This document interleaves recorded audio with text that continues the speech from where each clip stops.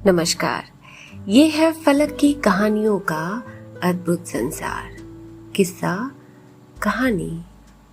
और किस्सा कहानी में मैं मौसमी चंद्रा लेकर आई हूँ एक द टाइम मशीन से मंजीत ठाकुर की लिखी एक कहानी जिसका शीर्षक है संकल्प।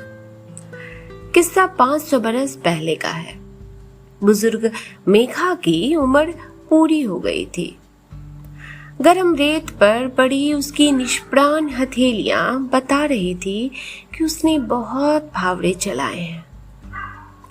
भाप, यही तो नाम था उस जगह का जहां वह तालाब पर काम करता था।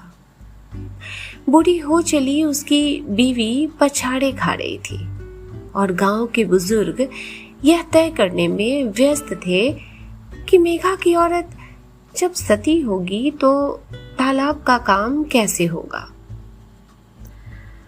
असल में जैसलमेर के रेगिस्तानी इलाके में एक चरवाहा रहता था, वही मेघा। ढोर लेकर सुबह निकलता और कोसों तक फैले निपट रेगिस्तान में दिन भर ढोरों को चराता हुआ घूमता रहता। रोटी पोटली में बंधी रहती और अपने साथ एक कुपड़ी यानी मिट्टी की चपटी सुराही, उसमें पानी भरकर ले जाता। दिन ढलने पर लौटने से पहले वही कुपड़ी भर पानी उसकी साथी होती। एक दिन उसकी कुपड़ी में थोड़ा पानी बच गया था। मेघा को ना जाने क्या सूझा कि उसने छोटा सा गड्ढा किया और कुपड़ी का पानी उसी गड्ढे में उड़ेल कर उसे आग के पत्तों से ढक दिया। संयोग ये हुआ कि मेघा 2 दिन तक उधर नहीं आ पाया और तीसरे दिन आकर जब उसने आग के पत्ते उस गड्ढे के ऊपर से हटाए तो अच्छी सी सौंध और ठंडी हवा आई। मेघा के मुंह से निकला भाप। उसके मन में यही बात आई कि यहाँ इतनी गर्मी में थोड़े से पानी की नमी बच सकती है तो यहाँ तालाब भी बन सकता है। मेघा ने अकेले ही फावड़ा पकड़ लिया और लगा तालाब खोदने। अब वह अपने साथ रोज फावड़ा भी लाता, अकेले मिट्टी खोदता। गायें भी आसपास चरती रहती। 2 साल तक वह अकेला लगा रहा।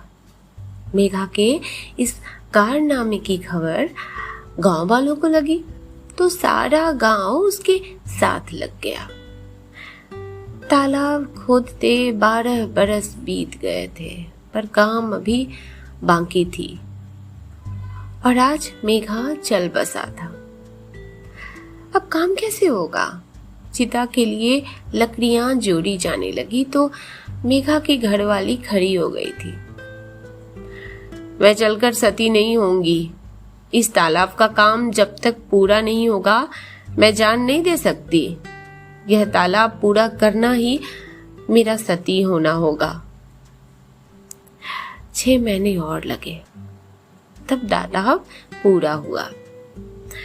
तालाब की सोच गड्ढे में भाप से निकली थी, सो उस जगह का नाम भी भाप हो गया और समय के साथ भाप बदलकर बाप बन गया। आज भी बीकानेर जैसलमेर मार्ग पर बाप नाम का एक कस्बा है जहां 4 मील के पाट का एक तालाब है। चरवाहा मेघा लोगों की याद में मेघा जी की तरह जीवित हो गए और उनकी याद में तालाब की पाल पर एक छतरी और उसकी पत्नी के नाम पर एक देवली बनाई गई। ये कहानी इतनी ही। अभी आप सुन रहे थे मंजीत ठाकुर द्वारा लिखी कहानी संकल्प। ये है फलक की कहानियों का अद्भुत संसार, किस्सा कहानी। और फिर मिलते हैं एक नई कहानी के साथ अगली बार। चैनल को सब्सक्राइब जरूर कीजिए अगर आपको कहानी अच्छी लगी है तो।